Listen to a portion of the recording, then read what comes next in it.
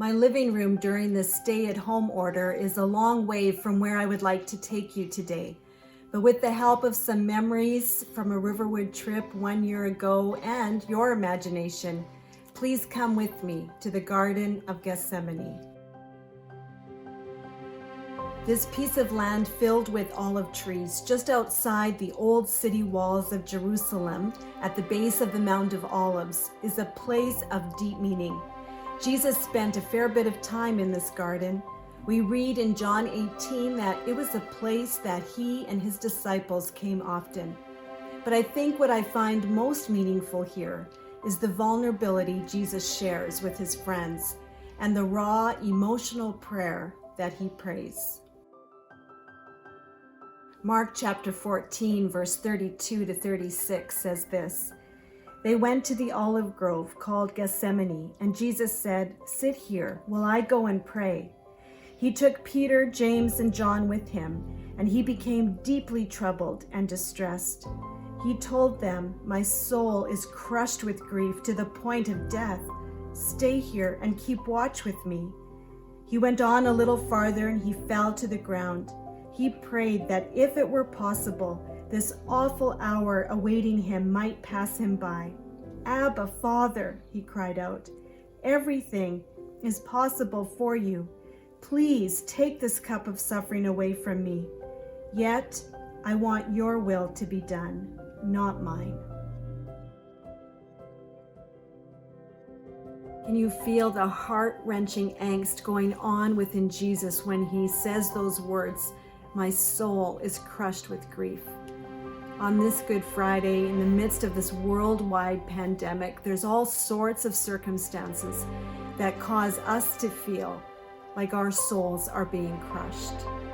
Crushed with losing all normalcy, crushed with canceled bucket list dreams, postponed birthday parties, graduations, and weddings. Maybe you're crushed by job loss, or maybe you were the employer that had to make the difficult decision to let go of your staff. Maybe you're crushed today by the tensions that are building up within your home, by all of the stress. Or you're crushed because you cannot see your elderly parent, or you are that parent and you can't see your children or grandchildren. Maybe today you find yourself crushed by grief, crushed by the loss of losing a loved one, which is hard enough, but now having to grieve in isolation. Or maybe you're crushed by just the fear of what might come.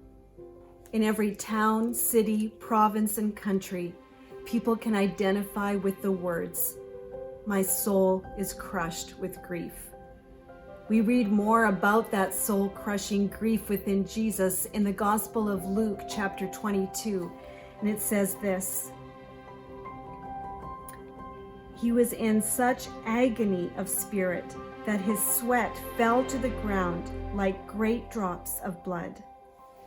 There's actually a name for this condition. It's called hematidrosis, or bloody sweat. Doctors say it's a very rare condition that is brought on by severe stress. In the Garden of Gethsemane, we see an agonizing, struggling Jesus yearning for relief, begging God to take this cup of suffering from him. He knew that in the hours ahead, he would not only suffer physically, but he would feel the weight of every sin of humankind. And he would ultimately experience an alienation from Father God, where he would cry out, my God, why have you forsaken me?" So he pleads with God to find another way for our redemption. In your own personal Gethsemane today, Jesus wants you to know that you're not alone. He knows what it's like to long for a different scenario. He knows the fear of physical suffering. He's experienced the ache of rejection and the deep pain of betrayal. He knows what it's like to beg God to change his mind and then to hear God say gently but firmly, no. What did Jesus do with that no? He grabbed on to 10 hell-shattering, demon-shaking words Yet I want your will to be done, not mine. He chose to trust that God had a purpose in the pain, that the temporary but horrific suffering would produce something lasting. In this case, forgiveness and freedom from spiritual death for all humankind who choose to follow him. Let's follow the example of Jesus today. Let's pour out our hearts to God, all of the raw, honest emotion. And then let's choose to trust in his deep love for us, that nothing can separate us from that love. And let's remember that he sees the bigger picture, one that we cannot see with our human, limited viewpoint.